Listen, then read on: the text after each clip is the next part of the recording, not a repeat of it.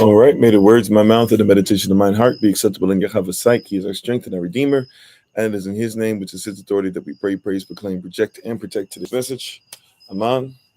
Welcome everybody. Come on in.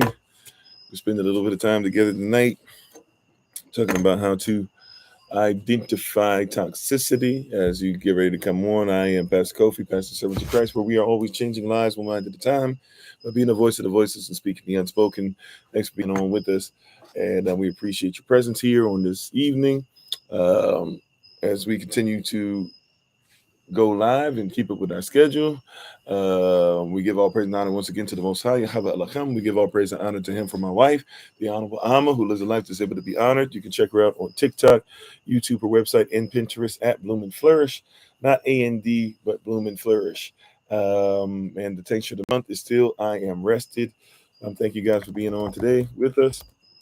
And we are going to talk about tonight, jumping right into it, we're going to talk about the definition we're going to talk about, identifying toxicity. How to identify toxicity. And how is everybody doing? Hello, Lafayette. Thanks for being on. Hello, Bounty, Sister Barbara, Brother Clem, Miko, Minister Tamara, Minister Select Sharon, Nay. How's everybody doing so far? Hopefully your day is going well with you. And we want to talk about toxicity. How do we identify toxicity? Talati Di and everybody, by the way, thanks for being on, whether you're watching this live or watching this later on. Hello, Sister Also, how you doing? We appreciate your time here with us, and thank you for spending a little bit of extra time with us today as well. Some of you have been with us all day from 6 a.m. Eastern until now, so thank you so much for those who are taking time out with us. So how do we identify toxicity? Right, we hear people talking about toxic this, toxic masculinity. Now people are talking about toxic femininity. We talk about your attitude is toxic, this, that, or whatever. So I figured we go ahead and look at some of this stuff. So let's look up the definition of toxicity. Right, if something is toxic or if something has toxicity, how do we identify that even by a modern definition? How you doing, Sister Beverly? Shalom to everybody. Much love, much peace, and all that great stuff to everybody. All right. So how do we identify toxicity? We say all the time, we hear people say that's toxic, this is toxic, he's toxic, she's toxic, blah, blah, blah. How do we identify toxicity? Okay, so the definition, modern definition of toxicity, if we were to just Google it real quick, we find that toxicity is the quality of being toxic or poisonous. How you doing, education? Thanks for being on. Right, it is what? The quality of being toxic or poisonous. In other words, toxic has a quality, right? If something has a quality, by the way, that's to qualify to be given a quality, right? So somebody has to qualify as toxic. There has to be a quality. Toxicity is a quality.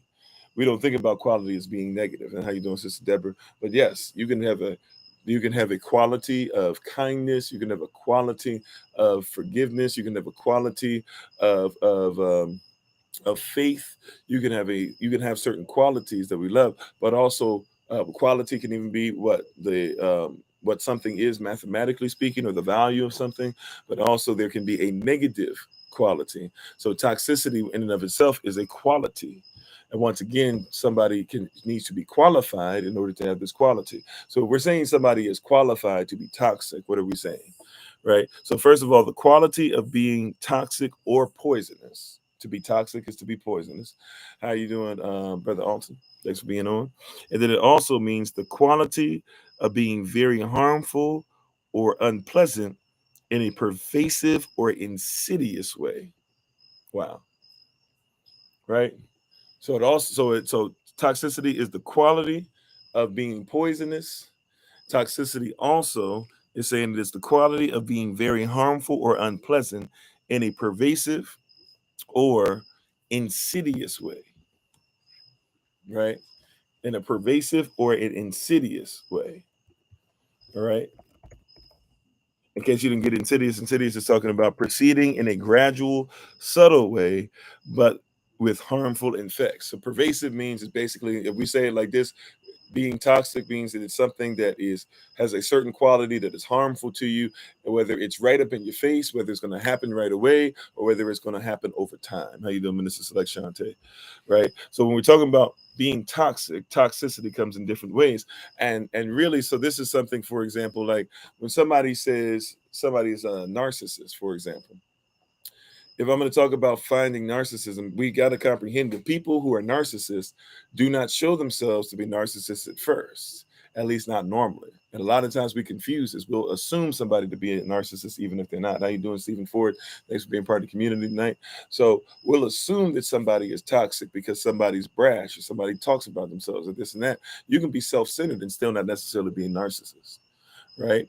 But narcissists who show toxic behavior, right? They are people who have learned how to do this since they were young, right? Somebody who shows toxic behavior is somebody who's learned how to hide the toxic behavior because they know that society overall in general does not accept and does not appreciate said toxic behavior. So they've actually learned different ways to get around it. Thanks for being part of the community, Renee May. So, or I'm saying, sorry, thanks for sharing the live. Excuse me. So, when we're talking about toxic behavior, you have to recognize that most people hide toxic behavior unless they feel safe enough to be able to give it. So they have to have toxic behavior. Usually, will not be exhibited if right an exhibition shown in public. It usually will not be exhibited unless the environment is correct for toxic behavior. When the environment's not correct for toxic behavior, you will not really find much toxicity. All right. So, in other words, a lot of people are not brave enough to show you toxic behavior unless they feel like they're in the proper environment. And see, this is why we have to make sure that we have proper culture to be able to have an environment that weeds out toxicity. Everything always starts with culture, right? So, if I'm looking at toxic behavior, right? First of all, y'all tell me, right, in the comment section, if y'all want, how you doing, Sister Cynthia? Y'all can tell me tonight. You guys tell me, what do you consider to be toxic behavior? Now, once again, let's make sure that we get our definition correct. Toxic behavior is something that has the quality of something that is poisonous, or it is the quality of something that is harmful to you, whether it be in your face or whether it be something that is, you have to see little by little and starts poisoning things over time. Right? What are some examples? If you were to say, what are some things that you've seen? What are some things maybe you used to be somebody that you considered your old way you used to present yourself to be toxic? What are some things that you've learned that show toxic behavior? What we would define as toxic behavior? How you doing, Brother Nine? What are some things that we would say or do or learn or we shy away from when it comes to things we might believe to be toxic behavior? Anybody in the comment section? How you doing, Michael? Thanks for being on. Right? When we say something's toxic, right? People say this is toxic, that's toxic. What are some things you might say are toxic? Oh, you were going to ask about the helix curve? Okay. I apologize. Yeah, I need more direction on it. I don't know. Maybe you can email me or text me or something. We got the information in the description on YouTube. If you could maybe email me more, because I don't know exactly what direction you want to go with that. I'm not great with the helix curve, but those something like that. So you said some things that are toxic. All right, so I'm looking. You guys said being non-flexible. All right, so not willing to move off a position. Okay, that can be toxic depending on what the person won't move off of. Most deaf, talking to about others, but surely without reason. Okay, so putting your mouth on somebody, so to speak, right? Talking about people, stabbing people in the back, even a controlling person who loves to push buttons. That's definitely something we call toxic. Some would even call, by definition, you could call it even a witch or witchcraft, because a witch is just simply somebody, at least in our culture, a witch is just somebody who tries to control. Manipulative behavior. Okay, yeah, that's toxic, especially if something that could be slow and over time. Constant negativity. That can be toxic. It can even be toxic to yourself. If you're not careful, you can be negative towards yourself and not even realize it. Yeah. You said the news. Yeah, the news is very toxic. Certain things, on the news, things like sex sell or killing sell or, the negative sells, most definitely. They always have drama all the time. Okay, we can definitely say that for sure, right? So these are some things we can talk about, right? We can come up with a huge list. We already have. So we can come up with a huge list, a bigger list if we stayed at it, right? So these are things that we would say are toxic behavior. So the question now is, how do we identify it before it hits us? right? People get in relationships, for example. I didn't know so and so did this. I didn't know so and so did that. But once again, toxicity really is not going to happen, right? Or somebody's toxic behaviors, usually, not always. Some people, they're just out front with it. But what I want to focus on tonight is more so the toxic behaviors that happen that people have learned to hide since they were in kindergarten. And the teacher said, don't do that. They still did it, but they only did it behind the teacher's back. Or things that people learned when they were dating, and they learned, okay, on the first, second, third date, I can get away with just doing this a little bit, and somebody won't really call me out on it, or somebody might not worry about it, somebody might not catch me in this, right? Lack of empathy can be another one, sure, right? So how do we catch the toxic behavior? So I want to talk about, once again, culture and setting up an environment. You can text me? Okay, thank you. Yeah, so setting up an environment. How you doing, Butterfly Effect? Great to see you on. I believe Sister Kendra, right? I haven't heard, I'm sorry, I haven't heard from you, haven't called you in a while. We got to get that together. You know, you said people whose wealth is their flex. It depends. Sometimes people flex wealth to help others. Sometimes people flex wealth, and we think they're flexing wealth, but they just so happen to be wealthy. Wealthy people do certain things, but yeah, sometimes people use it to be able to be toxic. Say they're better than you. So how do we identify it? Right? We have to have a culture or an environment that says that we are strong and we don't move on certain things. And when we have a certain environment set up, you will be able to tell the difference. For example, right? I mentioned this earlier today, yesterday, one of the two, and we were talking about the wheat and the tare, right? That parable, Matthew chapter 13, the wheat and the tare. The tare is toxic, the wheat is not, and yet it says that Yahweh is going to be able to tell the wheat from the tare. The tare is poisonous, right? By definition, it's toxic, right? So, but it looks like wheat. And if it's sown in the same place, right, which a lot of toxic people are sown in the same place. You have a job with toxic people. Your family is full of toxic people. Maybe your immediate family, you deal with toxicity. Maybe you dealt with toxic parents growing up. Maybe you have some toxic stuff still in you that you need to be healed from. Matter of fact, if we would be honest, I think all of us probably have some things in us that are toxic that could be better, that could be greater. So what is the environment that we're setting up to be able to see this? See, the wheat and the tare, they're both in the same environment, right? Thanks for being part of the community, V Slim. The wheat and the tare are both in the same environment. What is the difference between the wheat and the tare? Well, the wheat and the tare, they do look a lot like each other, but the wheat and the tare, one is not poisonous, one is. Here's another difference, is that when the wheat and the tare grow and mature, right? To those that have a trained eye, which is what we're going to talk about tonight, we want to train our eye when it comes to toxic behavior. To those that have a trained eye, we look for the humanity. Remember, we talked about that today earlier, the humus man, humus meaning dark, rich, nutrient earth, and then humble. It's H-U-M and humble, H-U-M and human, H-U-M and humus, right? H-U and you, right? Or depending on how you spell it. But the humus is the dirt, right? Being humble means being down to earth. So rooted. You should be like a tree, rooted down to earth, in the earth, right? You should be, even that parable, right? The parable right before Matthew chapter 13, right? That some seed is planted and the root doesn't go that deep. It's not humble enough. It's not in the ground enough. So when the certain things in life happen, all the things that you think are going to be holy about that thing that was planted or about what you're trying to do, now all of a sudden it gets ripped out or it dies. Hey, how you doing, Rolling Energy? Thanks for being on. Right. So humility should be a requirement in your environment. Right? Humility must be a requirement in our environment. If we lack humility in our environment, excuse me, if we lack humility in our environment, we're going to have a tough time with trying to find toxicity. Right? The person who's toxic is not down to earth. The person who's toxic is going to do some things that should make us see ourselves. Why are we saying that? Going back to Matthew chapter 13, the later parable of Matthew 13, we're talking about the wheat and the tare. Now, when the wheat and the tare grow, eventually as it matures, the wheat begins to humble itself. It's weighed, it has heavy, it has weight, it has the word glory even means weight. How you doing, Sister Therese? So the word weight means glory, or I'm sorry, glory means weight. So it humbles itself, it starts to weigh more, it's got more to it. Right? It has more to it. See, things that are toxic, don't really have much to it except to just go ahead and kill, right? Things that feed you, that are healthy for you, they have a lot to it. They have something healthy to it. They have something that's weight, right? Something that holds a certain value to it.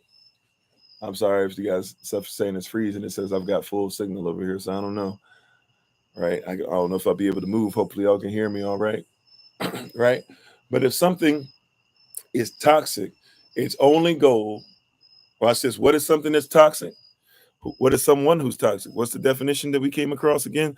Definition of toxicity: the quality of being poisonous, or the quality of being something that is very harmful or unpleasant in a manner which is in your face, or it's in a manner in which it happens little by little. How you doing, Aphrodisia? Right? So if something is toxic, right? You hear what I'm saying? If somebody is toxic and we're focusing on a little by little, we have to see something that they are very harmful, but what if they only give it to you in a spoonful? Do you have an environment that shows humility? If humility is a requirement in your environment, it's going to be tough for somebody who's toxic to be able to come through, right? It's going to be tough. And even if they're planted in your environment, you'll be able to see that there's not much to them. See, watch this. People think that because somebody stands taller that they're stronger. That's not true. Mike Tyson was 5'10"? He's 5'10". He could fight somebody 6'8" and still win.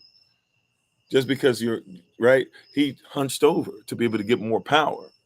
He hunched over and he got down lower because those that are taller is more difficult to punch down than it is to punch across or even to spring up. Right? It's more difficult to try and punch down. It's something that people are not used to doing. Right? So by humbling himself, by coming a little lower, he had more power when it was time to fight. Right? The wheat actually humbles itself. It grows at the same rate, but at a certain point, it starts to come down. See, a lot of things that are toxic. See, watch this. When you're going out and you're riding down the street and you see a sign that says something's poisonous or something's toxic, you're behind a car, a truck rather, that says caution. You know, it says that the materials inside something really bad could happen if it spills. How you doing, Sister Carrie? When you're seeing that, what they're doing is they're actually flashing things that are toxic. Right, the warnings flash. Right? The warnings flash. Well, tear can't really poison the wheat unless somebody's going to put the wheat and the tear together, right? Like literally smush them together, right? But they can grow together if you're not careful. I mean, there's probably some outlier of that where wheat can be infected by tear, but see, wheat and tear can grow right next to each other, and if you don't know any better, they'll be there. But see, the tear can't affect the wheat, right? It just grows next to it. It affects the people who are trying to see if they want to eat of it, though. How you doing, Robe 73? Thanks for being part of the community.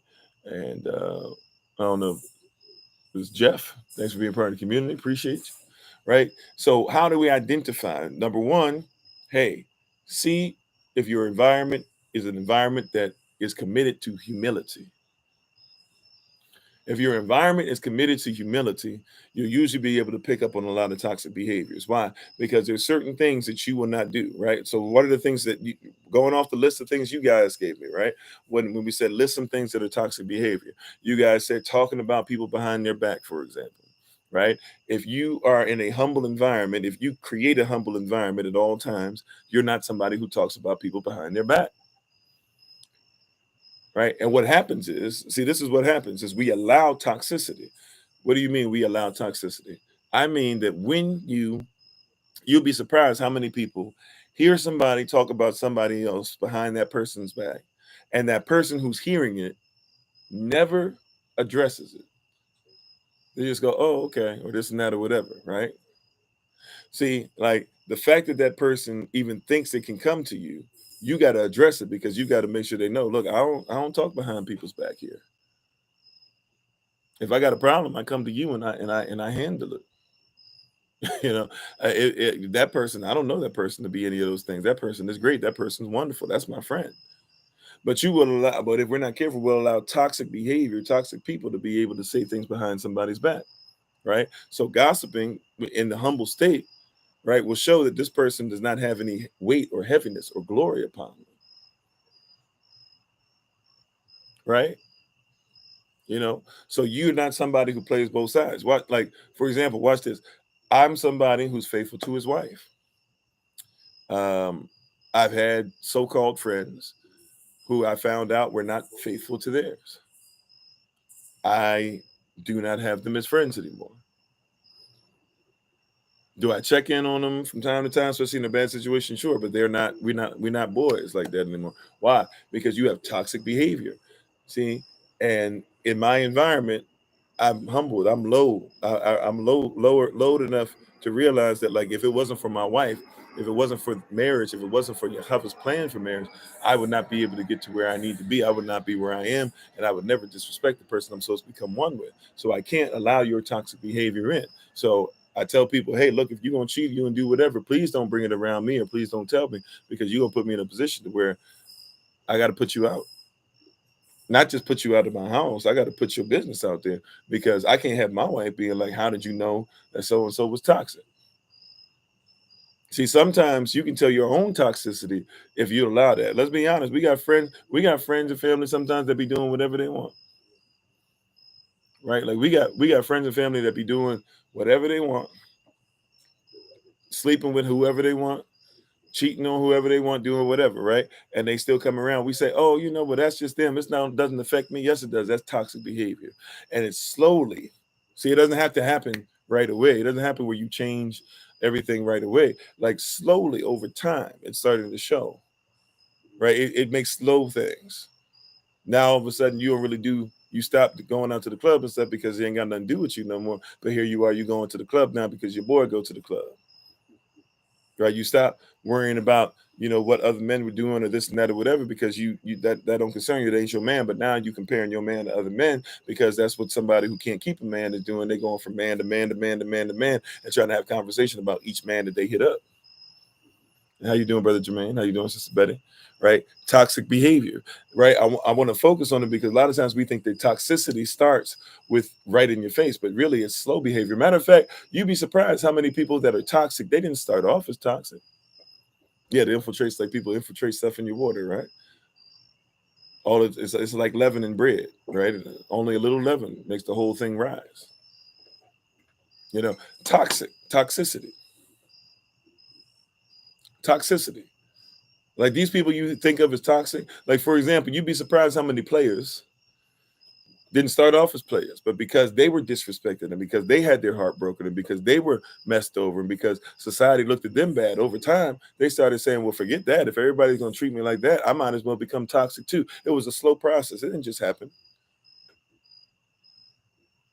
You'd be surprised how many brothers and sisters that are on death row, right? More brothers and sisters, because that's just the way society is.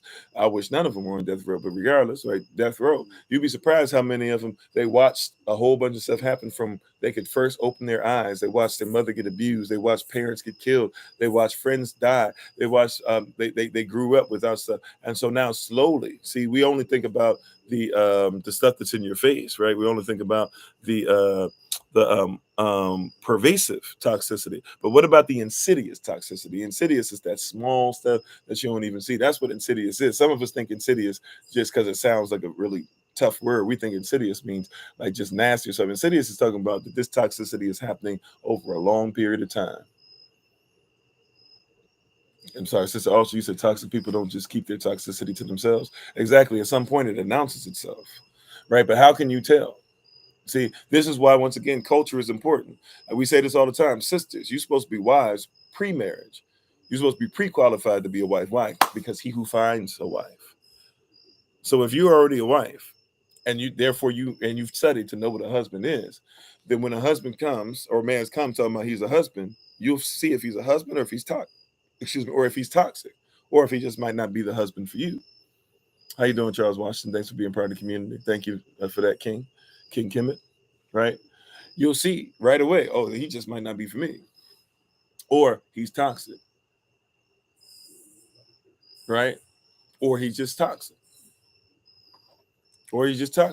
Brothers, you be out here complaining about the sisters and all this stuff or whatever, but you don't know the qualities of a wife. You're supposed to be trained to be a wife before marriage, and so are you supposed to be trained to be a husband before marriage. Matter of fact, remember, when you walk down the aisle in Western society, when you go get that marriage certificate, what does that marriage certificate say? That marriage certificate is going to say that you guys are allowed to be together, married, and married means that y'all going to have sex. If you don't have sex with each other and the judge finds out about it, you can bring it up to the judge. He will annul the marriage and say it never happened. It's as if it never happened. Why? Because you have to be pre-qualified even for sex. Sex is marriage. Marriage is sex. Problem is, you think that you're supposed to do whatever you want with everybody else. That's toxicity. Who taught us that? People always talk about before you came over on slave ships, what was your religion? Who was your deity or your God or your nectar, etc.? Okay, fine. Before you came over here, what was your view on marriage? Why do you have a toxic view on marriage? Is that your view or is that somebody else's culture? Right? Toxicity is a cancer. What does cancer do? Cancer messes up and warps cells. It kills cell membranes, right? Cancer kills cell walls if it's a plant.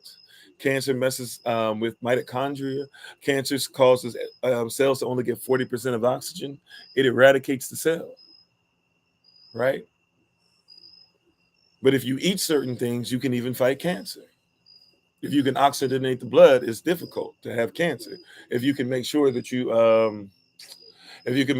body is alkaline, then it's pretty tough for cancer to exist, at least any longer than a tiny bit of time, you know. Right, but we have cancers in our lives because our lives, spiritually, physically, emotionally, psychologically, etc., they're not alkaline. You got a lot of acidic stuff in your life, right? You got to watch what you eat. What are you eating? What's coming into your mind? What's coming into your heart that you've been eating every day? That's cancerous. That's toxic. See, if you watch this, if you're sick, right? If you're sick, it's easy for you to get sick. If you're healthy, it's hard for you to get sick.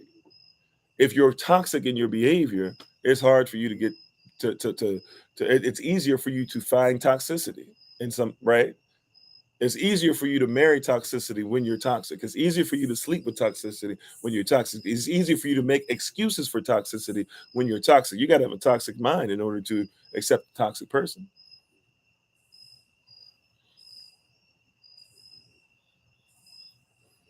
You have to get things out of your life to remove those toxins, detox your life. Yeah, exactly.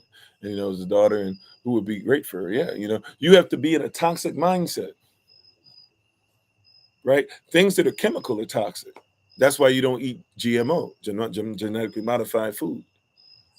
Why? If you eat genetically modified food, it only focuses on a small piece.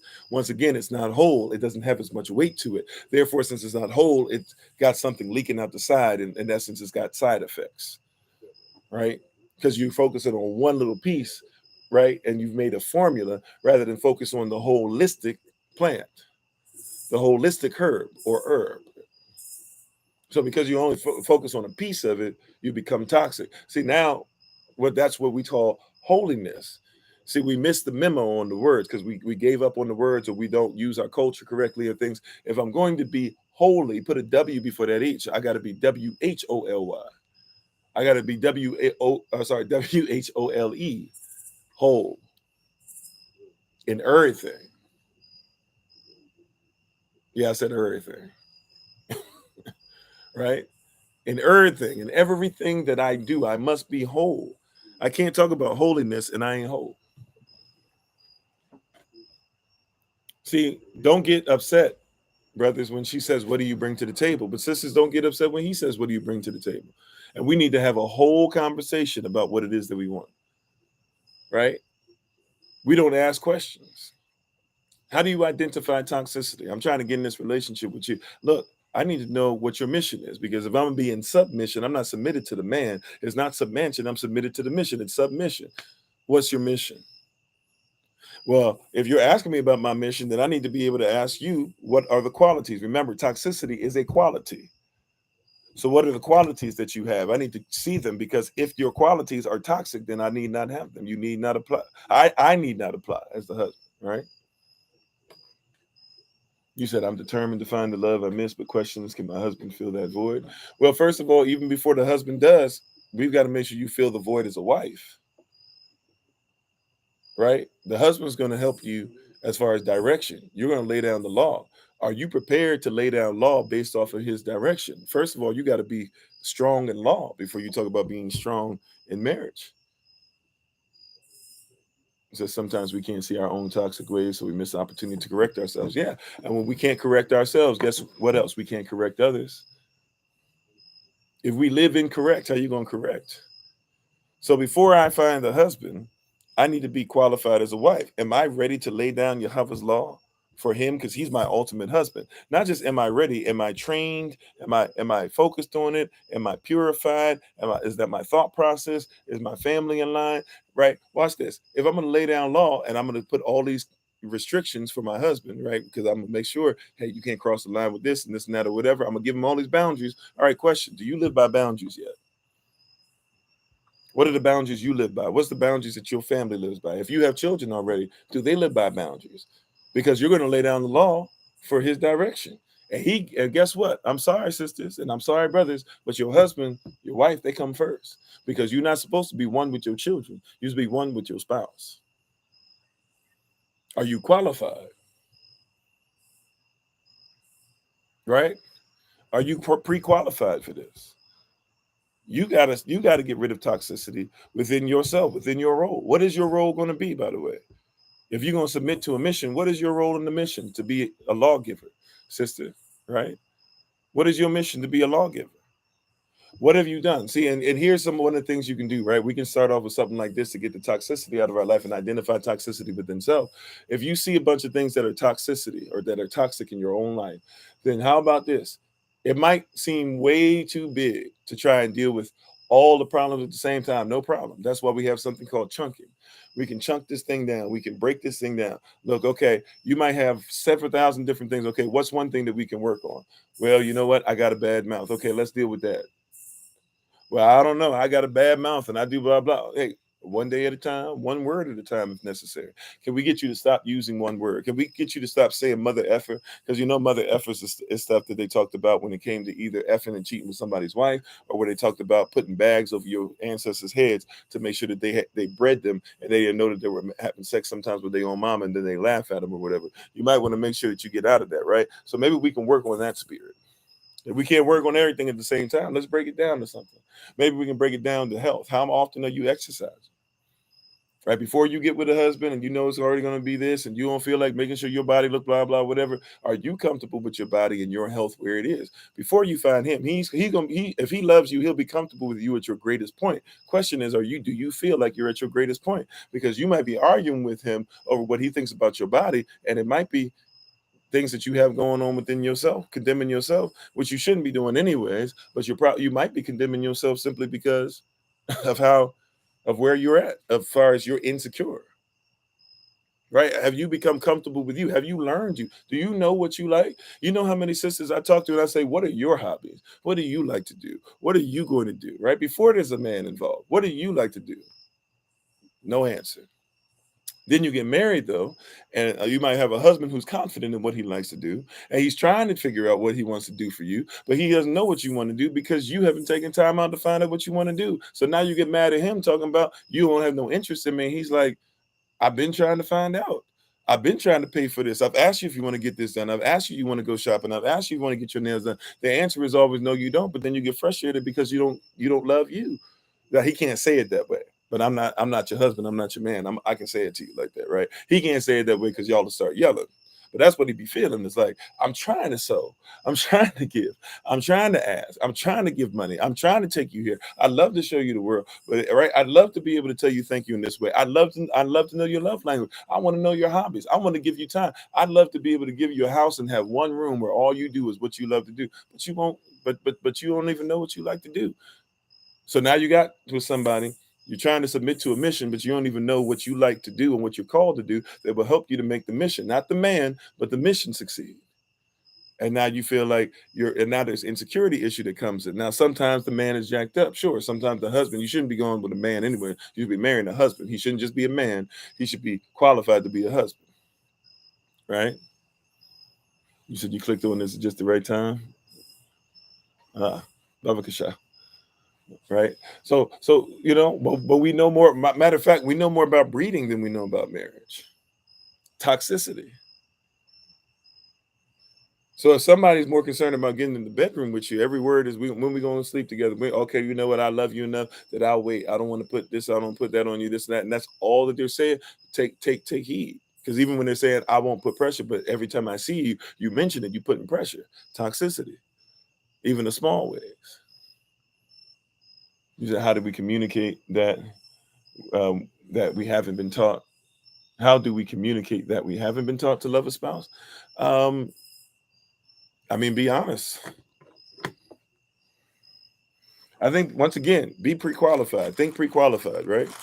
Before you get married, if you know that you have, if nobody taught you, you should be a spouse before you, or not a spouse, right? A spouse means that you are somebody's husband or that you are somebody's wife, right? When you are a husband but not attached to anybody, you are not a spouse yet, right? Right. So you have to be qualified as a husband or a wife to become a spouse. It's a different cultural context, right? In the West, they say, get together, get married, and then you become husband and wife. In our culture, you're a husband and wife already, but you're not somebody's husband or wife until you have sex, right? And you have to be qualified for marriage or qualified for sex, right? Different context of thought, right? But really, before you meet, once again, before you meet your spouse, be honest about where you are. Now, this is when it comes to culture, right? That's when it comes to culture, toxicity. Are there toxic things I'm carrying? You say, is it better to be single for those who are called? Um, oh, it's better. Well, that's what Paul said. I think everybody has to take their calling as what they are. Paul said, I prefer that you would be. That he said he said that's his personal preference. He said because he gets to do whatever he wants, right? But Peter was called. Peter was married. You know, so we're not sure. Every person's call, everybody's walk is different, right? You got to seek Yahweh to see where you're supposed to be. But in everything in life, I'm sorry, you said I have been taught to hate by the actions of men in my life and my mother's life. Yeah, sure. Right. And by the way, once again, I would debate whether we would call those men. In my culture, little boys can be in men's bodies disguised as them. You know? Yeah, nobody said Paul didn't know the word, but in that particular case, Paul was giving an opinion. Right. But yeah, I appreciate that. But yeah, we're not on the whole anti-Paul thing.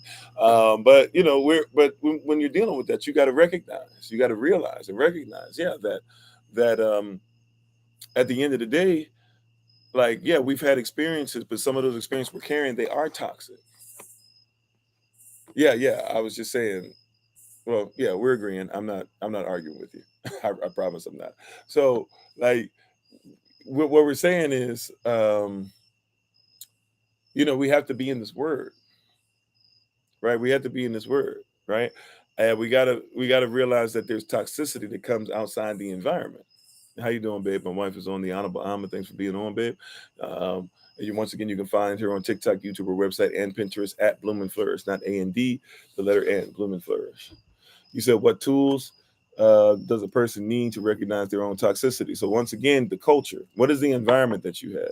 Are you in the environment of kingdom? Is everything around you kingdom? The more kingdom, the less toxicity. Right? Well, if you're careful, you can say you gave up on love, but if you give up on love, I'm not talking about just the love of a spouse. If you're careful, when you give up on love, then you give up on personal relationship. You give up on personal relationship, then you give up on personal relationship with your husband. You won't be able to give as much to yourself, right? And it becomes a problem, right? I'm not saying be ready for a spouse. We talk a lot about marriage because marriage is the cornerstone of any society, right? How you doing, Glenn? How you doing, Jalen? So marriage is the cornerstone of all these societies, right? Um, Husband and wife, what they do, right? But at the end of the day, there's more than just that, right? And so even if you're doing those things, yeah, so people have taught you to hate or be this or that or whatever, but really you got to come down to it. Is it, see, watch this once again. Has the tear been something that you've ate of? See, the tear is poisonous. We have the wheat and we have the tear.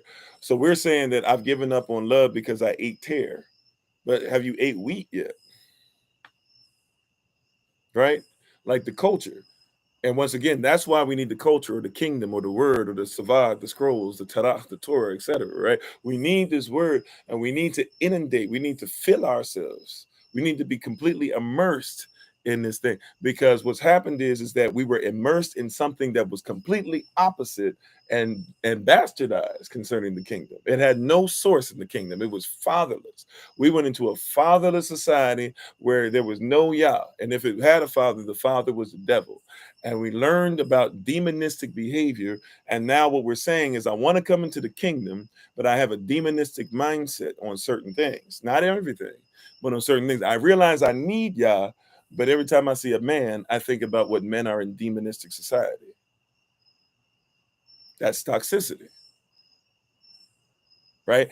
I want to come into the kingdom, but every time it comes to forgiveness, I remember what those people did to me. And in demonistic society, I'm supposed to hold on to it and hold it over their head, even though it's killing me. See, that's toxicity. If we're not careful, we can be coming into something, and even though we're trying to be in the kingdom, little by little, we're actually having this insidious toxic, right? We're having a response to an insidious,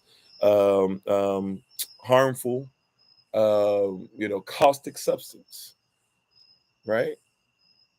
You said if someone only uses toxicity in safe places, it is safe to confront them in that space too. Yeah.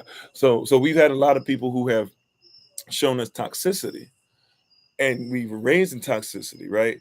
We were straight up, the secret of the ooze, Teenage Mutant Ninja Turtles, right? And somebody poured stuff on us, and we've been dealing in mutant behavior, but we haven't quite made it to human behavior yet. And hopefully you get the context of reference. If you're not into what I'm saying, there's a cartoon or a comic book named Teenage Mutant Ninja Turtles, and they became mutants because there was some ooze that was spilled on them. So I'm not calling anybody mutant. Just want to make sure we're clear. I'm pretty sure everybody's probably heard of them, but just in case, I don't want anybody to think that I'm saying that you're not a human. What I'm trying to say is we're having inhumane residue still on us that was spilled on us because of where we were, right? But now you can be covered by the blood. You can be washed by the spirit, by the mem, by the water, right? And so if you're there, then that's fine. But see, why know? See, watch this. Why know I can be greater, but then I decide to give up? Right? Have we given into toxicity that much to where we've decided, right? Right? Like this is where I have to become helot. I have to become rabbi. I have to become pastor for a second, right? I gotta be honest. Why come this far, learn this much, become this great, and then still say, but I'm gonna give into the toxicity, right? How do I clean up what's toxic? That's a better question. Yeah, it's pervasive, right? It's pervasive. It is it happens little by little. It happens, it's pervasive, it's harmful, it's unpleasant, and also is insidious, right? So so if I know it's toxic, I have a couple choices. If I know that uh toxic things are showering down upon me, I can either A, at least get an umbrella, or I can B, move out the way. I can C, go through a process of getting clean. I can D, go see a doctor to see if I what I can do to stop the cancerous effects. I can E, start striving and continuing and exercising. I can F, which probably should have been A, pray about it, seek Yah's face. But see, a lot of times what happens when toxic stuff happens, you get weak. And see, what happens when we get weak, we comprehend. Get weak. Watch this, right? When we get weak, he is strong. And the word weak, remember we talked about it means precious. The more weak you are, right? Really, the more precious you become, the more valuable you are. When I realize my weaknesses, that's when Yah says, that's when you're precious. See, wife, you comprehend that you need me. Right? Husbands love to feel needed. Making a husband feel needed is part of respecting him. When I make sure your husband feels needed, he says, you're more precious to me. Let me go ahead and dote upon you. Let me go ahead and give you affection. You said that's the obvious, but the shuttle day-to-day pondering over and over again. You have to know that self. Well, yeah, you have to know yourself, but once again, you got to learn what that even is. See, once again, we got to go back to the ground. We got to go back to, what are you rooted in? Are you a wheat? Are you a tear? right? Like what you grew up as the norm. See, this is why people have an issue. I grew up and my normalcy is all men are bad, but that's that's what you grew up in. See, what I grew up in is you would never be toxic to your wife. I grew up in, I've never cheated. I've never struck a woman. I've never called a woman out of name. Might have yelled, might have had fights and stuff. That stuff is more normal than what you might think. But I've never done those things. Right? Had women hit me in the face, but because my life wasn't threatened, even if I punched the air around them, never punched them. Right? As crazy as that might sound, because I couldn't bring myself to, because that's what I was raised in. The assumption is because what you went through in your experience, Yah doesn't have something greater. But what if he has something greater to bring you out of the toxicity? You said what we believe is what is true to us, therefore is what dictates our actions. Yeah, if we're not true, yeah, exactly. The toxicity becomes the norm, right? And it's true to you. But see, that's why there's truth and there's not multiple truths. See, we have to be careful. We gotta find truth. Oh, thank you, Sister Bree. Yeah. And my parents aren't necessarily perfect either. I found, watch this, and all the great things that my parents did, I still found some things that were toxic that I've had to cut myself off from, because I can't bring that behavior into something that's supposed to be greater. Every generation, if we're doing this correct, should be greater than the generation before it. Right?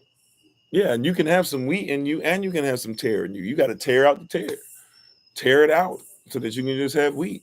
But once again, that's why you go to Yahweh, because it says you might not know the difference. The culture dictates it, right? He said that in the parable in Matthew 13, it doesn't say you go ahead and and pull out the tear. It says that don't worry about it. I'm going to send my angels. I'm going to take care of it myself.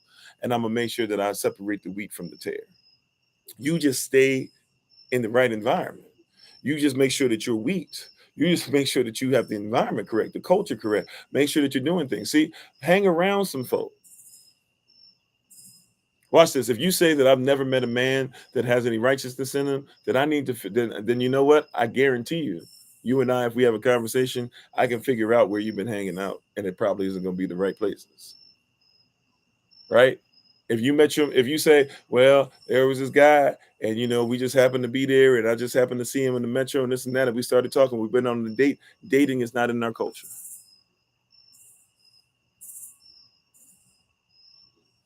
Oh, I was waiting for King Kemet. I knew you were going to say something like that, because it changed from you were cool with me, then you were kind of questioning it, then now you just coming out straight out. That's cool if you want to go that route. But the problem with that is that you have to make sure that before white men existed, because what, there was no such thing as a white man until recently. Even the Greeks and the Romans and all that, they weren't white, right? You know that better than anybody else, because those Kemetic people were learning from us, and those dark-skinned people were learning from Kemetic people that were darker than them, saying the reason they were smarter than them was because they were melanated. And before those Greek people took over certain things or whatever, there was already something called the Tarach, or the Savar, or the scrolls, etc. And it didn't have to come from Kemet, because even if you know the people that you talk about, whether it's Osiris, Isis, Heru, etc., even Noon, etc., all these different netchers, not gods, right? Because we don't worship gods in Kemet, right? I actually have Kemetic family, right? So we don't worship gods in Kemet, but we actually worship netchers. And those netchers are not what people claim them to be. Just because they have disciples, they're not who they claim them to be. And even Heru, he came from a necrophiliac type thing. So when we go on to that, yeah, we got to know the culture. See, when I speak on this, I don't speak on it from a white man's perspective. Heck, even if you're reading the King James 6 and 11 version, King James was a black man. So how are we talking about a white man's perspective when it was a black man whose name is written up on there? Even though you can be black and still not rock with your people. But long story short, I get you. It's cool. We don't have to agree on that. We can agree to disagree, right? But I know more than that, right? And just to have something and believe that somebody must automatically believe something, like that can be toxicity too, right? Right? So we got to recognize and represent all those things correct, right? So yeah, I appreciate you making sure it's there, but I promise you don't have to make that assumption about us, because we got you. All right. But what I'm talking about tonight is toxicity. And even if we're not careful, even in that, right? Making the main thing the main thing. When do we say that the main thing is the main thing? When do we say that what we have is what? Is our culture. Right? When do we actually make sure? See, we don't even know. Once again, what is the culture of your marriage? That comes from your culture. What is that? Somebody talking about, right? Like this, Kemet, right? Chemistry. When somebody says we have chemistry together, what does that mean? Do you have chemistry together? Do you know what that is? If we're gonna go Afrocentric, right? Do you know what that is? If you're going to talk about having multiple wives and multiple partners and multiple husbands or whatever, do you know when that started? Do you know that only certain people got to do that and people frowned upon it, but they allowed it to happen for certain reasons? Or are you under the impression that everybody should just wild out? See, what is your culture? Which parts came off there? Why is it like, even in that, if we're going to talk about the culture, right? It's toxic to say I'm going to be Afrocentric, but then I only talk about Kemet. What about Kush?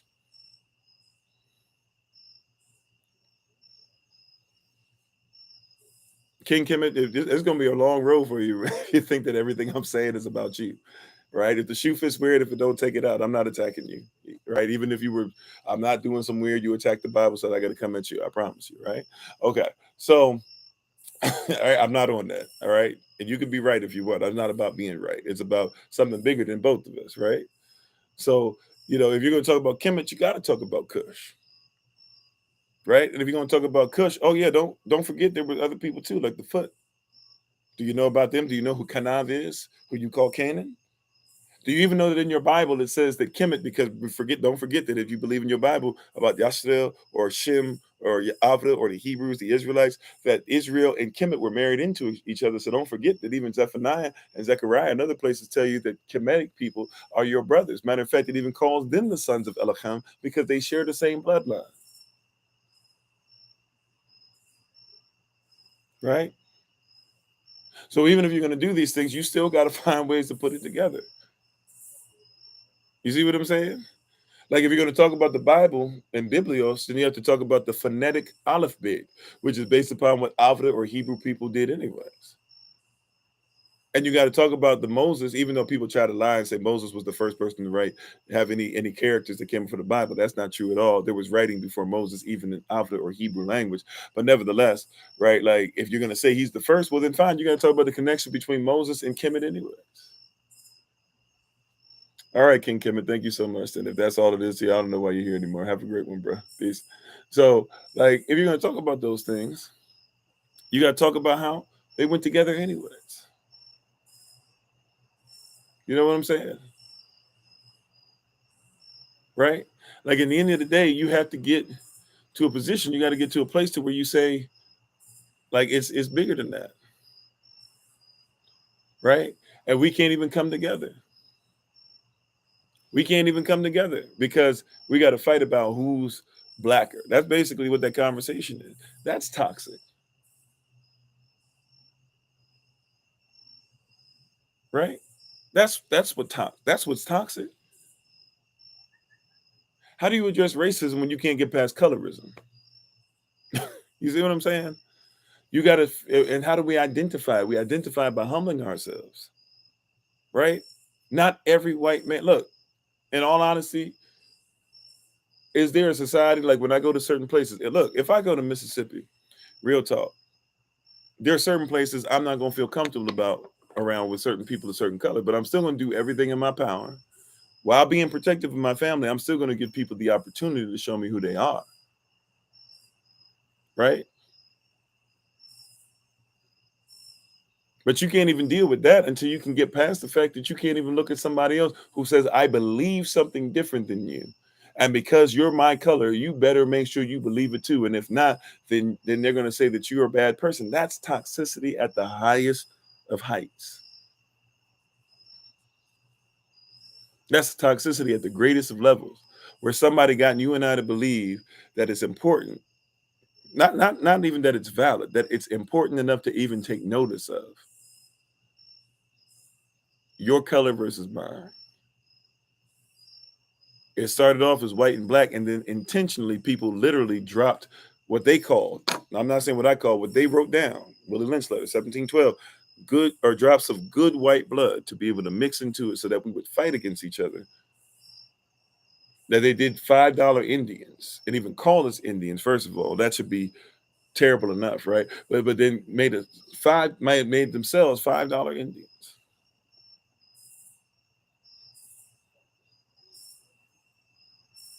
Right. These are things that we have to ask ourselves, right? Like, why did we get more into these situations to where we believe that that's the end all be all. Like, we don't care about what somebody's passion is. We don't care if somebody's trying to get on the right path. We don't look to see does somebody actually give to the community. We don't look for any of those things. We're looking straight up, do you agree with everything I say? If not, then you're a bad person. That is toxicity at the highest of heights. Toxicity, if you really want to get into it, what's one of the most harmful things you could have? It's one of the greatest weapons you have. It's also one of the worst weapons that can be used. All right. Because you have what's called free will. Free will is something that you can execute for your eternal greatness. It is also something that can be used for eternal damnation. And it's also something you can use to drag a bunch of other people into eternal damnation as well. Right. And our community has a whole bunch of fights where we keep dragging each other into damn situations and positions.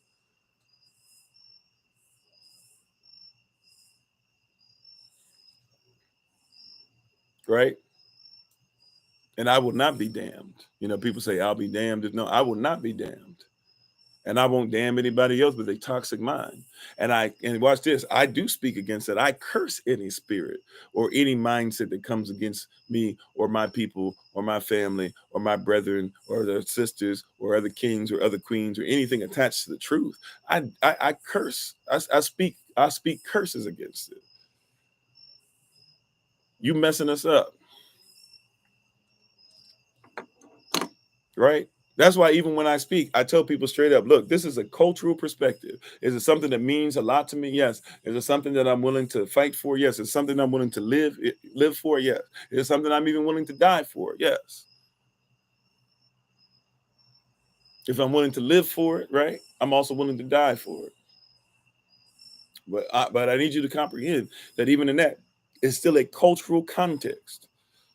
So if it's not your culture, that's cool. It doesn't have to be.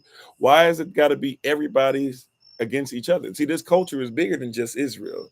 Israel is the foundation. Well, excuse me. Yashva is the cornerstone. Yahweh really is the foundation. Yashreel is the but the foundational covenant, if you will, as far as specifics. But everybody else can be grafted in. So not all Israel is Israel. But somebody hears me talk about us, and somebody immediately says, "Up, see, you're not this, or you're not African enough, or you're not Moorish enough, or you're not American enough, or whatever." I don't care. You tell me about what about being American is makes me less toxic. You tell me, people all the time, y'all see it, y'all hear it on the rising sessions, especially people have been coming on in droves recently, trying to get me to argue Islam versus the way, which really they think that I should argue Islam against Christianity. I ain't even a Christian, bro. You know what I'm saying? Like, you came to the wrong person for that conversation. Like, you're trying to drag me into something that has nothing to do with me. That is toxic energy. That is toxic behavior. That is a toxic reality. And I will not be, actually, it's a toxic farcical version of reality. And I should not partake in it. I will not be a participant in your fallacy. Right. And what some would even deem to be lunacy. Right. I will not go to those places. Right. I will not go to those places. It's not my responsibility. People want you to save the world. Look, I'm not the savior. And secondly, the savior is not trying to save the world. The savior is trying to get people to come out of the world. See, it's even toxic. We have a toxic mentality that says that we're supposed to save folk. Nowhere in the Bible does it say that I will save you. It says Yahshua will. It doesn't talk about, right. It says if you confess and you believe, you shall be saved. It says there's still the prayer that Israel would be saved. It says if you call upon the name of the Lord, you shall be saved. It even says that if you can endure, you shall be saved. Right. But nowhere in there does it say I'm supposed to run around and save people. That's not my responsibility. My responsibility is to speak from somebody who's disconnected and to say, hey, I come as an ambassador to tell you that you don't have to be in this system anymore. Come on out. It's toxic for me to think that I can save others. That's why a lot of people can't love themselves. You're so busy loving everybody else and trying to save everybody else, but you can't save nobody. You can save yourself. You can give tools. You can make sure you attach a rope if somebody wants to come with you. So as you come out, they can come out with you. But it's toxic behavior to think that you're going to be in the world and save the world at the same time. It's toxic behavior to think that the same world you came out of is the world that's going to be saved. No, those that are in the world, the word world means cosmos with a K, system, right? The wolves that are in the system, they can come out, right? See, we have toxic behavior. How do I identify it? See, I got to identify that a lot of this stuff is toxic. I got to identify that's toxic behavior to think that I'm supposed to put my energy towards a job and make sure everybody else is getting paid and all the bosses get to go on vacation and this and that. And then maybe I get a 1 week thing. But when somebody says start your own business, you think that you can't do it. That's toxic thinking. Thank you, Renee. Appreciate it. Amen, Sister Shima, right? That's toxic behavior. It's harmful. Somebody planted that seed. And here we are trying to tell you, we can take that seed out and we can plant in the seed of Yah, the word of Yah, the Zarah of Yah. Right? You toxic. Look, there's stuff in me that's still toxic. All right? But you toxic. Some of us. Matter of fact, all of us still got something that needs to be pulled out. Right? So that toxic thing, are you going to let it stand or not?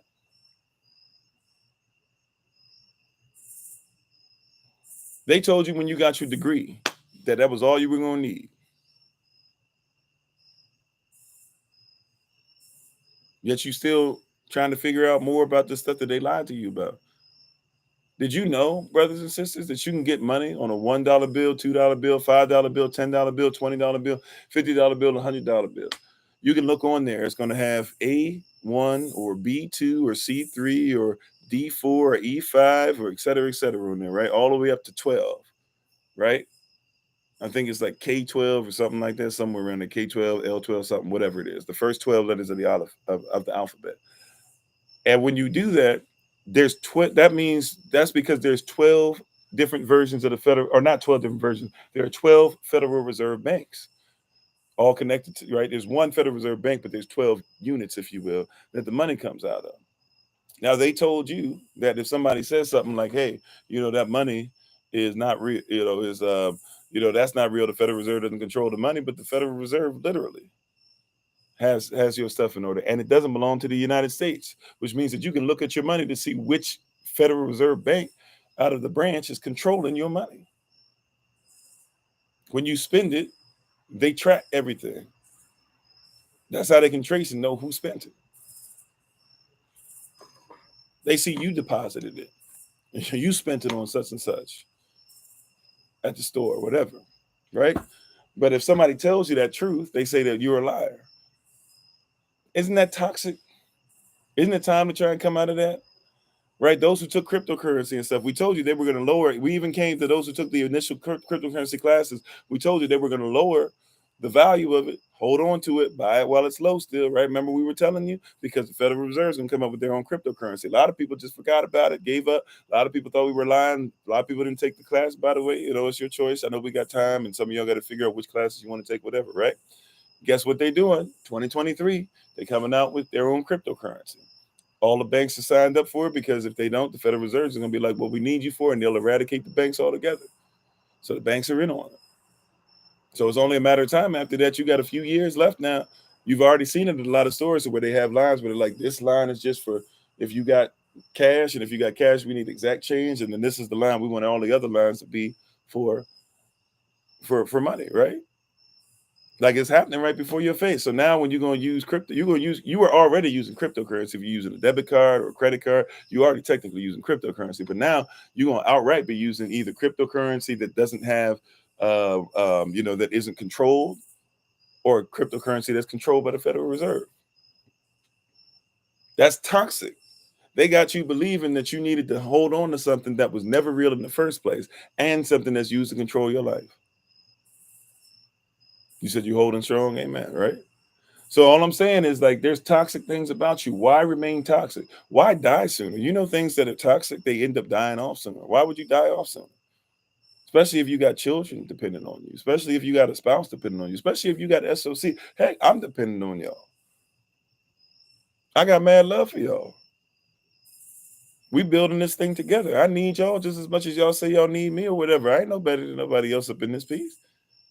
Why would you allow yourself to die from toxicity? Can I be selfish? Let me be selfish. Can I be selfish? Can I take off? I know I'm not supposed to, but I'm gonna take off my little robe and everything and put it to the side, right? Like, I need y'all. I need you to be at your greatest. I need you to stop excusing toxicity in your life. I need you to live long.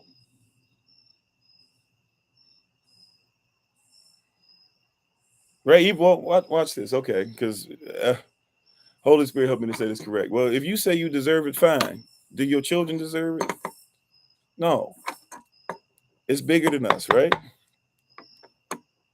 Can I be selfish? I don't deserve it. I ain't trying to sit there and be like, oh, so and so passed away early because they felt they deserved toxicity. Right? We dealing with death in the family now. When I say in the family, I mean the SOC family. I'm still not at liberty to be able to talk about who. I didn't even ask if I could talk about who yet. It's not, it literally just happened, right? But it was a shock to me when it happened, right? You know, like that hurt. That hurt.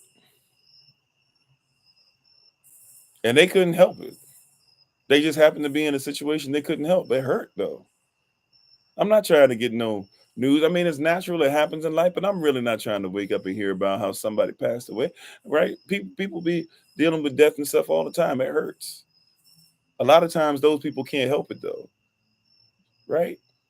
Now I'm not now maybe you were like, well, I don't really care about Kofi like that, whatever. Maybe. Right? But your spouse, your child, right? If it ain't for you, do it for somebody. If you can't be your why, right? Even though eventually as you start doing better, you'll start wanting to do better for yourself too, but do better for somebody else.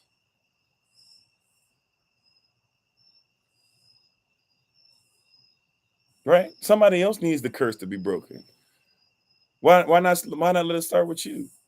That little baby, that little baby don't know about that little baby ain't do nothing to bring no curses on them, just like you didn't. But why put all the onus on little baby to break the curse? You could at least start the curse breaking process. If it's not for you, then do it for somebody else. Don't bring that toxicity. Like people still got a 2019 mindset because they still talking about COVID-19. At some point, you got to break that curse, y'all. Like it's 2022. Right? Same thing. Like somebody did something to you. Yeah, you know what? Fine. You thought that you knew what a man was. But as we've explained, right? You didn't know what a man was. You thought you knew what a husband was. You thought you knew what a wife was. You thought you knew what a woman was. You thought you knew who you were. But you found out that you didn't really know. Okay, cool. That was a toxic environment.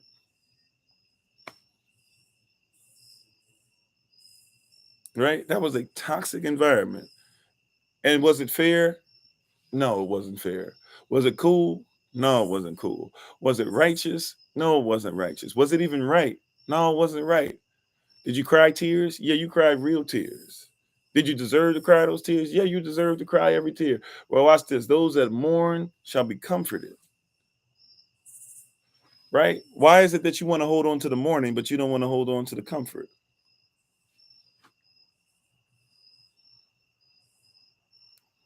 You mourned all that. You cried all them tears, right? To build up the tears and just hold the tears in a jar. You're going to drink the salty tears. There's fresh water.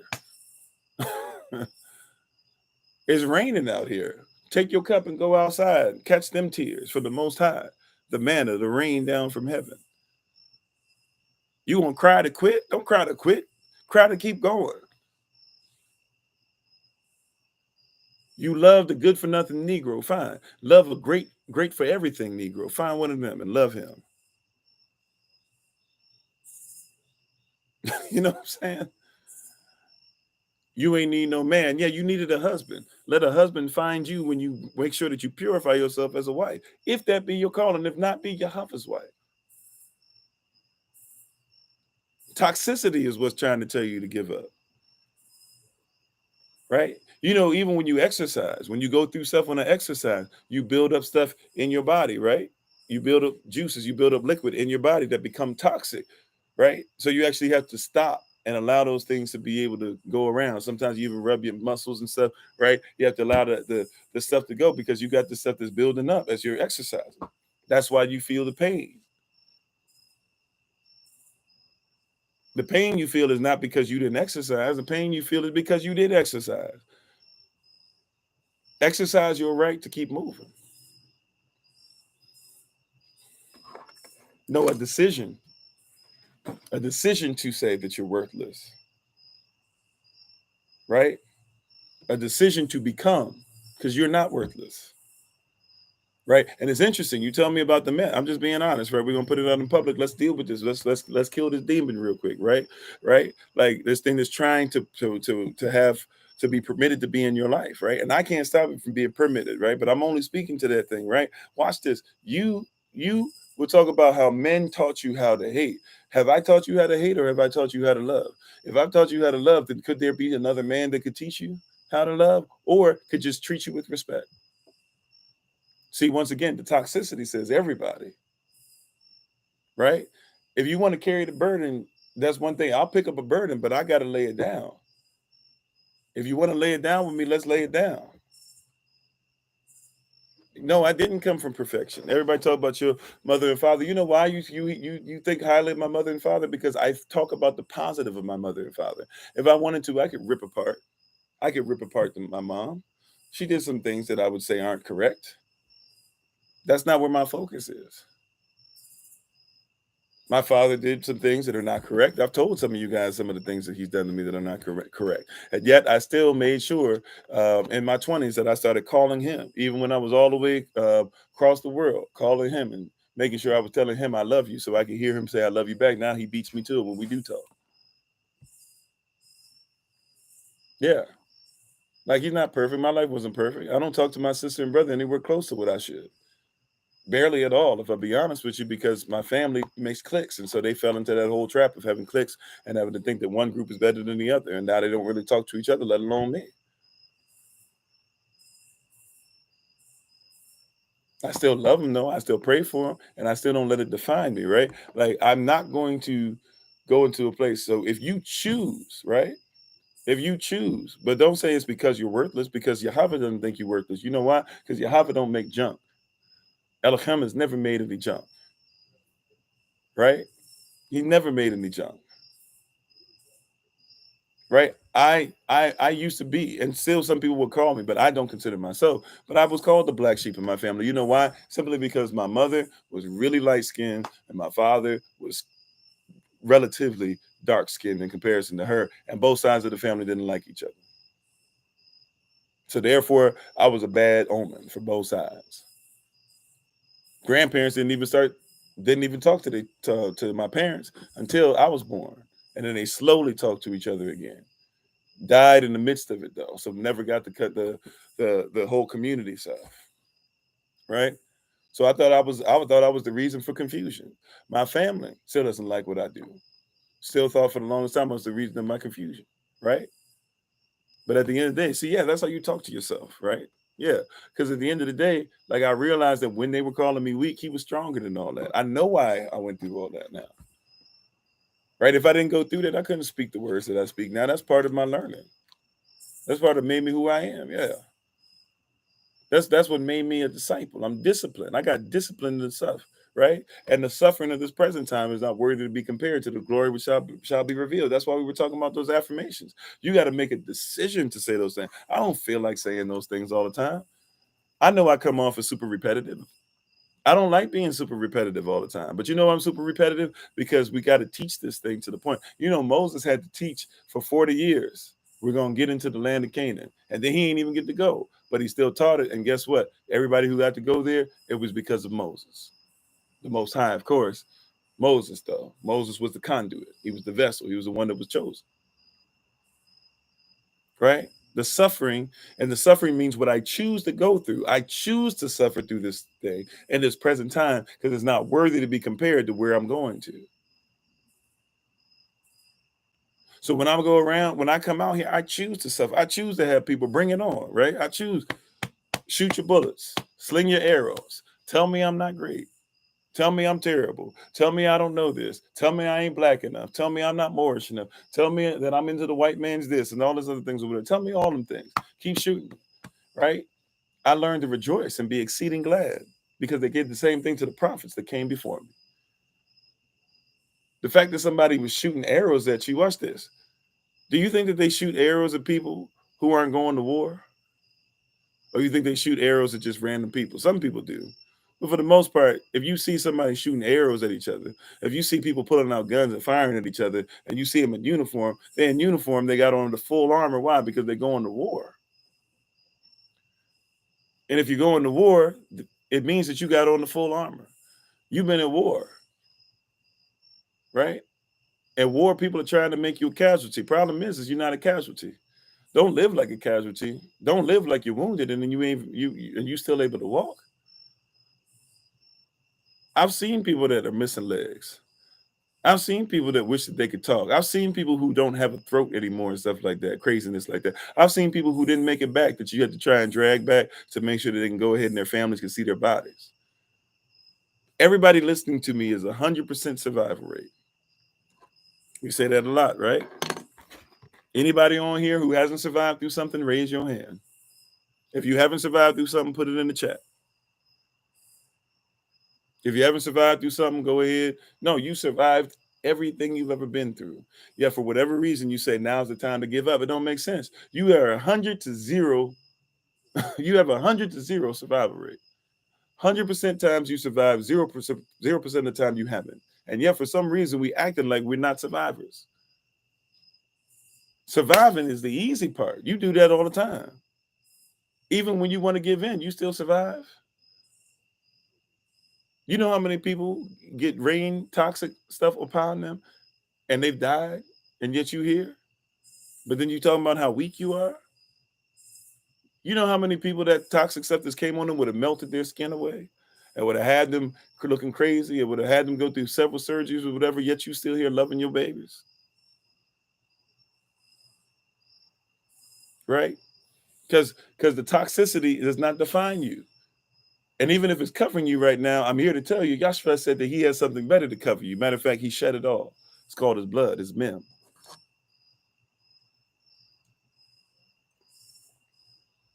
And when you go to war, this is how you make sure you defend yourself.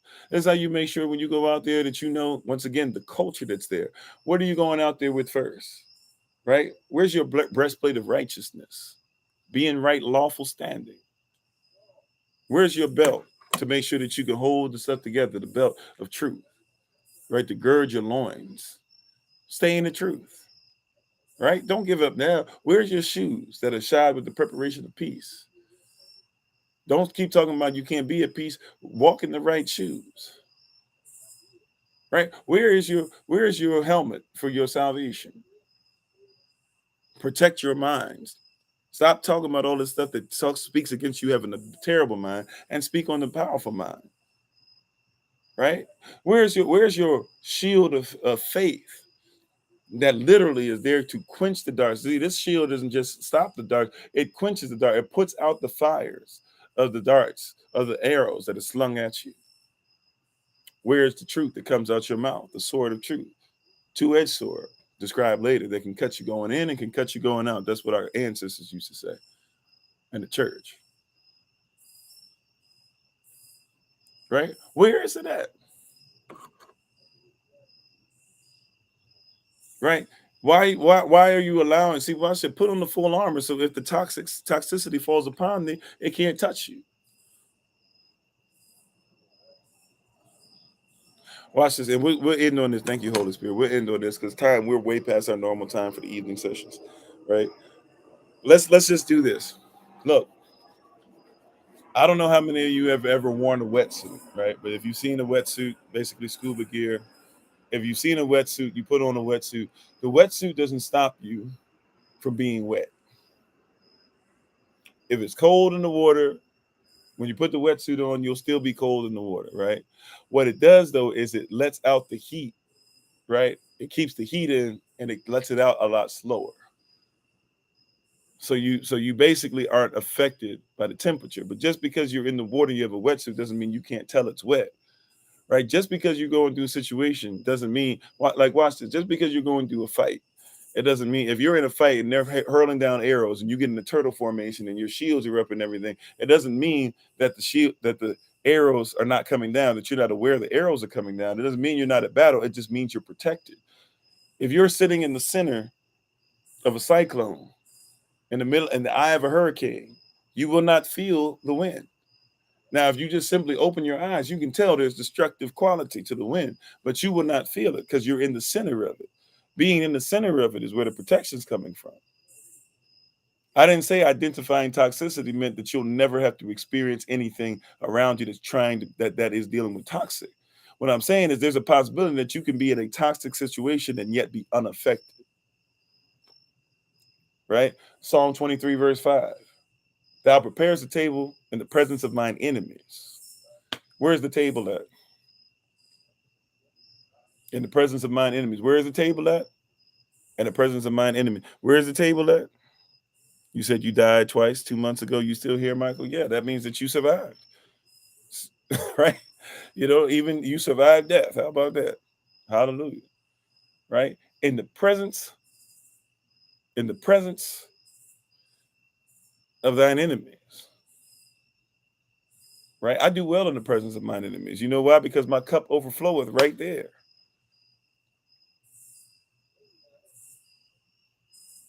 See, we think that going through this walk means that there will be no enemies. No, in the presence of mine enemies, they still got to watch my cup get full.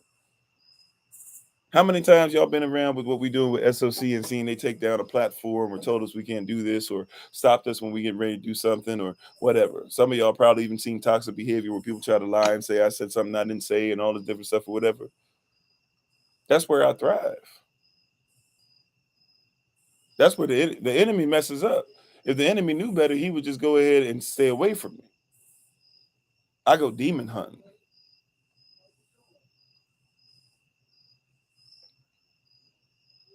I look for things in my life. I look for devils in my life. I say, oh, no. You can't be up in here. We're going to figure out how to get you out no matter what. I'm concentrating on you till you're done. When I finish with you, I'm going to the next one and the next one and the next one.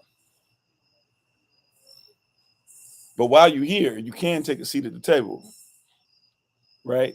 I can slay you later, but right now you can take a seat at the table because Yahweh, he's ready to bless me. And he says, I got to do it in the presence of mine enemies. So you can go ahead and watch as he blesses my family. You can go ahead and watch as he allows me to not have a 9 to 5 and make way less than everybody who's listening to me. Yet somehow, some way, we traveling fine. You can watch here as he helps me to be able to eat natural food. You can watch here as he allows me to see my wife continue to get greater as a herbalist and as a teacher. You can sit here and watch all you want. Let every demon come that needs to come. Right? It's thy will. Thy kingdom come, thy will be done. His will is that the enemies watch. See, watch this, because some of even your enemies, do you know that your exes, brothers and sisters, your enemies, they will watch you be blessed and they will have their lives changed? I'm not saying they got to be your husband or your wife or your spouse. I'm just saying they will watch you get blessed and say something about your life. I need to change my life. Y'all ain't ready for that. Y'all ain't ready for that. You've been in the midst of the hurricane. Amen. So you know what I'm talking about, right? But y'all ain't ready for that conversation. People that hurt you and killed you off with their tongue later on are going to have to come and apologize. I speak it in the name of Yahshua HaMashiach. There are people out there right now that have been tearing you up 10 years, 15 years from now. They're going to have to come and say, you know what? I apologize. I had to get myself together, and I'm sorry I ever disrespected you. Some of them going to have to bless you because of what they did to you. Because even though they cursed you, you blessed them. Then they're gonna realize what you did for them. They're gonna have to come back and they're gonna have to get themselves together. I'm telling you, I'm not telling you what I think, I'm telling you what I know. I've had to watch family members apologize. Hey man, I know that's what they said about you when they put you in jail, but you know what? I'm sorry. You were innocent. You were right, man. I shouldn't have left you like that or whatever. Praise y'all for you. Thank you. I might not trust you right now, but I forgave you when you did it. I just don't trust you. What you mean you don't trust me? Well, I mean, I'm cool that you did the Thomas thing, but Yahshua told Thomas, hey, blessed are those that have to see it to be able to believe it, but blessed are those that don't have to see it and still believe. Right? Somebody need to hear this. Somebody needs to know this. I put you on notice to know this, that all you got to do is be yourself. That's why we're talking about humility today in the Q&A session. Praise y'all. Thank you, Aravak Akwadash. She was up there. She was teaching. right? And she was telling us about humility. Humble yourself. The word humble literally has the first part of human in it. Human means, or the first part of humus, it means dark, rich, nutrient earth. You got to be grounded. You got to be down to earth. You got to be rooted and grounded in the earth. You got to be a tree that's planted, a tree that's planted by the rivers of water, that in its season is going to give much fruit, and its leaves are not going to wither. Humble yourself and keep on going. Humble yourself. Forgive, forgive, forgive yourself. Stop condemning yourself. We talked about this on Saturday, right? If you would stop condemning, what was it? The Holy Spirit is the teacher, leads us to all truth. She is, the comforter. Stop condemning. Trade in your condemnation of yourself so you can be comforted. Condemnation and comforting ain't gonna go together. So you're trying to control the narrative. You're trying to take control and say, hey, I feel like I've never had control. Since I've never had control, I'll take control by giving up. But you can't serve what you control, and you can't control who you serve. You can't control the Most High anyways. So to try to control him means that you could never be able to serve him. You might as well serve him and give up control. You never had it in the first place. You never had full control in the first place. We never had this thing 100%, right? You said you survived toxic friend that you thought was your friend or friend the Most High had to show you they weren't your true friend. Yeah. And by the way, praise Yah. Thank you for that. I'm trying to close. But for real, like, praise Yah that the Most High would allow you to see toxic people for who they are, and he would rescue you from toxicity. We be up here, well, I went through this toxic one. I went through that toxic one. I went through this toxic one. I went through that toxic one. Praise Yah that he saw fit to say, I see toxicity in your life, and I'm going to help to eradicate it. He could have just let it be a problem. But he said, I will show you the problem so you can have a solution, a way out, and that now you can be with me because I'm the answer in the first place. He rescued us. Before we loved him, he first loved us. Even when we don't pray to him like we should, he still said, let me show you this toxicity real quick. Matter of fact, maybe you've been praying for hours and hours and hours to the Most High. Maybe you've been praying as much as you should. Maybe you've been praying for days, for weeks. You've been fasting and praying. You've been doing all that stuff. That's great. You've been praying. Now it's time for your works. Faith without works is dead. You've been praying about it. Now he said, now it's time to work it out. You've been trying to pray out the toxicity. He said, but you can't pray it out. You can't have the faith it out and not have any works with it. See, that's why you got to read first. James chapter 1. Verse, everybody always goes to verse 8, right? Double-minded man is unstable in all his ways.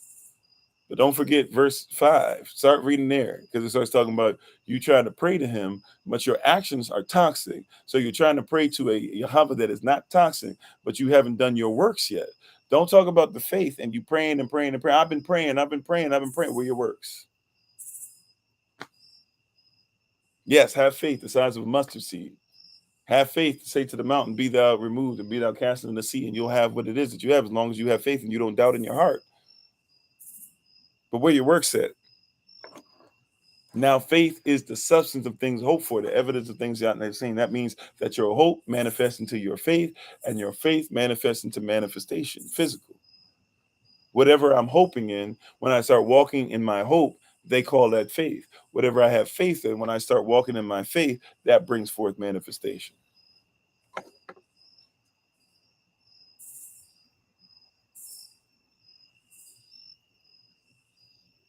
I will be blessed. I will be blessed. What does that mean? I'm saying as a result of my will, I shall be blessed. That's what it is. I will be blessed. See, you be saying stuff like, I will not make it, or I won't make it. Won't make it means like I will not make it. Right? Say I will make it. I will be blessed. What? As a result of my will. Why? Because my will be his will. So as a result of my will, which really is our collective will, this thing shall be established. I will be blessed. Well, you don't understand. My children ain't that direct. I will be blessed as a result of my will. I will be blessed and everybody around me will be blessed. Well, you don't comprehend. I just don't have the money. I will be blessed. As a result of my will, right? And what my children want me to do, or I'm sorry, excuse me, as a result of my will and what my family needs from me, rather. Thank you, Holy Spirit. I will be blessed. As a result of my will, I have free will. I will live and not die. That means toxicity don't have no place here right now. I will be blessed. I will be blessed. I will be blessed in the city and blessed in the field. That means wherever I be, right? I will be the head and never the tail. Just not the tail is cool, but never the tail. I will be the head and never the tail. People out here, forgive my language, but just keeping 100. People out here looking like a straight ass because you the tail. You looking like a donkey's tail, an ass's tail, literally, because we out here not doing certain things. I will be blessed.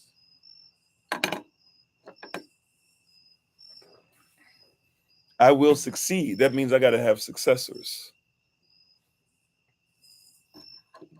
And not in curse, by the way. The word ass is in your Bible if you are frustrated by that. Right? I will be blessed. I will love. Again, that's a result of will. You got to fight for that. People be like, oh, well, your marriage and you just got the perfect wife and blah, blah. Do you not know my wife and I, we have to fight for this thing. We got to go to war with demons all the time. We got to go to war with things that we were going through before we met each other. I will be successful. I will have a great marriage. I will be a great husband. I will have a great wife. And even if they're not those things yet, see, this is why, once again, read your Bible. It'll bless you. What does your Bible say? Speak those things that aren't as if they were. Speak them first so that they'll become. When you say I will be something, what you're saying is, even if I don't be it right now, I shall become. In other words, whatever I speak, I shall be, it's coming. That's an exercise for you. How about that? Add that to your little affirmations and the dot, dot, dot versus the period and all that. How about you start saying what you will become? I will become light. I will become a master. I will become sovereign. I will become healthy. I will become wealthy. I will become steadfast. I will become Yashua. I will become an example. I will become an ensample. I will become a fellow heir. I will become. Because you already been called it anyways. To become means that I be it. It's coming. I might not see it, but I be it already because it's coming. That's what you're saying. I become. And it's not becoming of you to speak what Yahweh or speak against what Yahshua said. Because you're what Yahweh even said, right? Because you're his child, right? Baby girl, baby boy, you're his child. He already said you are righteousness. You are a king or a queen underneath him. You are a fellow heir with his son Yahshua in high places, by the way, not just in anything. He said in high places. That's why you can be, that's why you get to come back from the grave.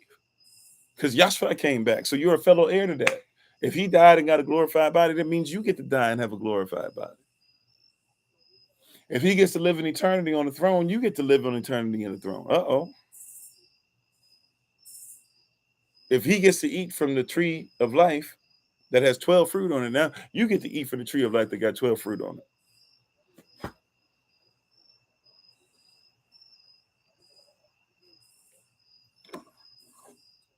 So here's the homework exercise. And thank you, Holy Spirit. We're gonna take our leave.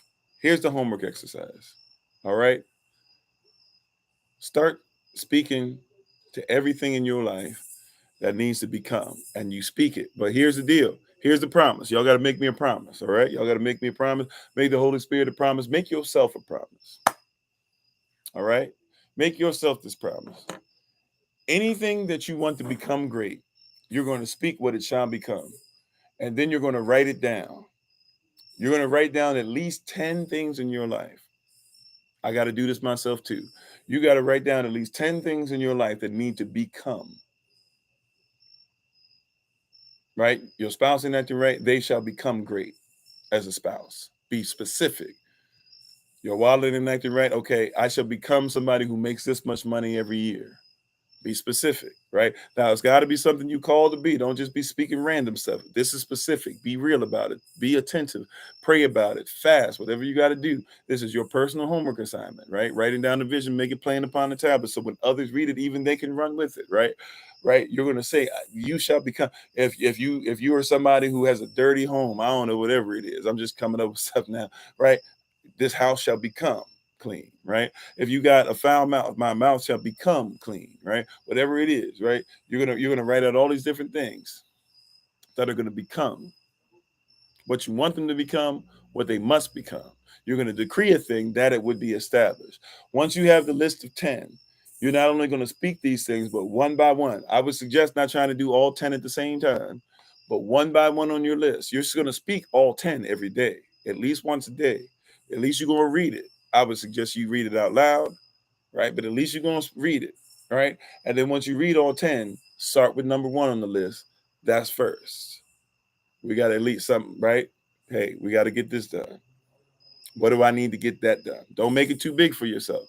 There are 10 things that must become greater.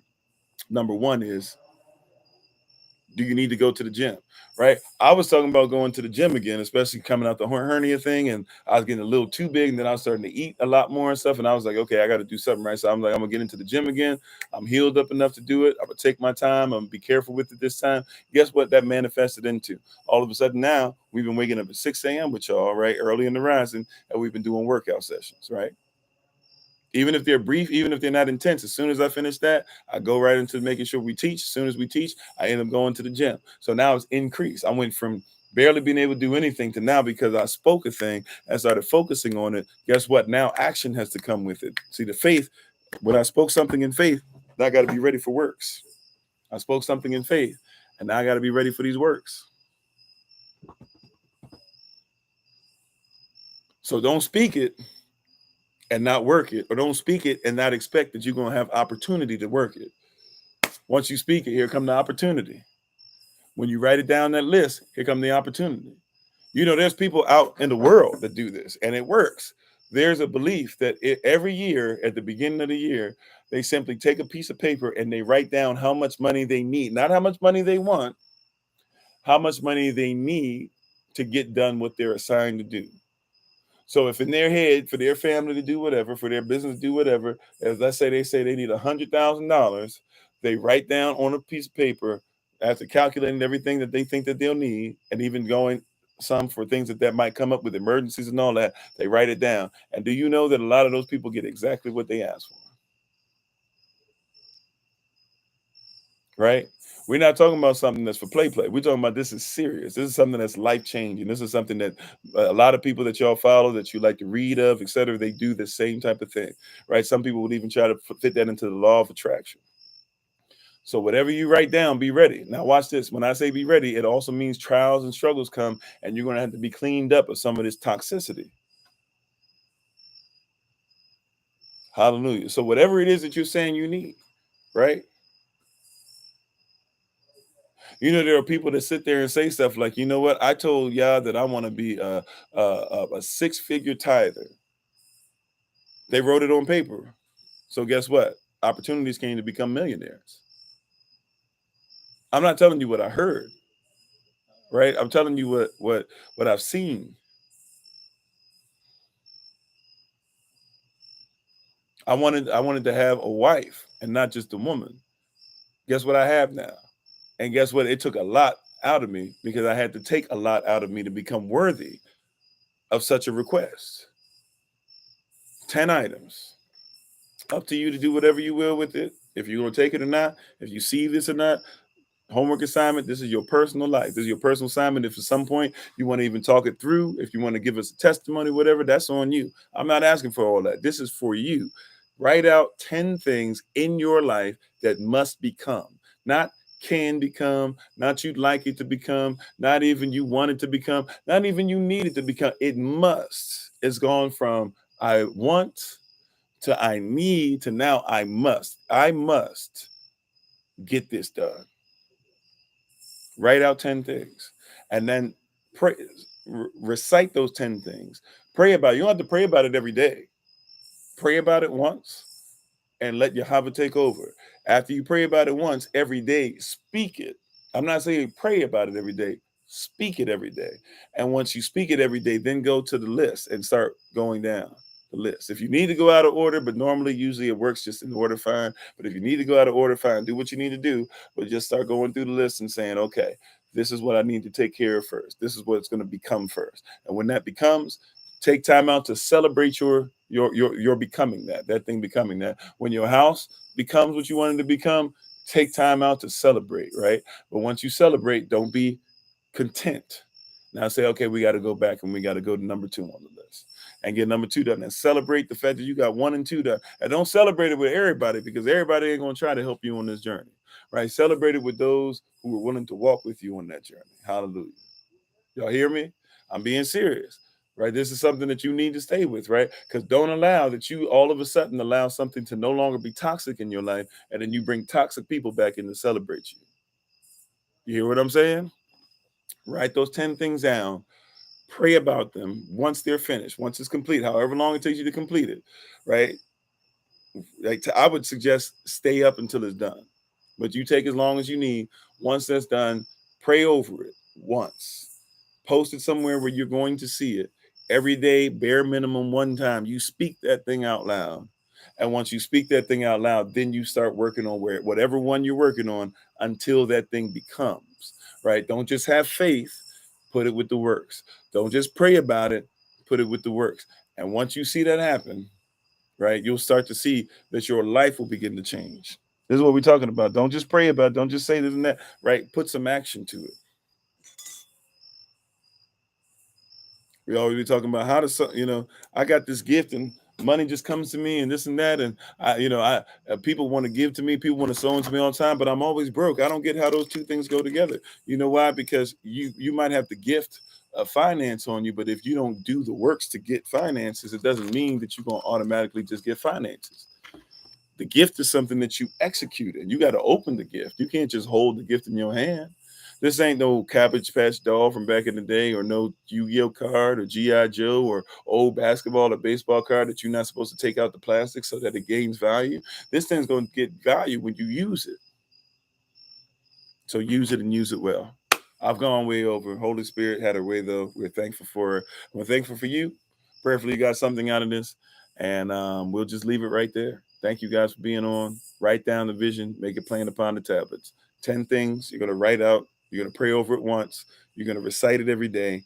You're going to work on everything until each thing on that list becomes what it is that you said. Once again, what does become mean? Become. It already be that while it's coming. I may not see it, but what I spoke, it be. I'm just waiting on it to come. Shalom to everybody. Thank you so much. And remember that you are loved, you are necessary, you are majestic, you're fearfully and wonderfully made, and you, which is all of us working together, will be the reason why people who are in this system no longer have to be of it. Shalom, family.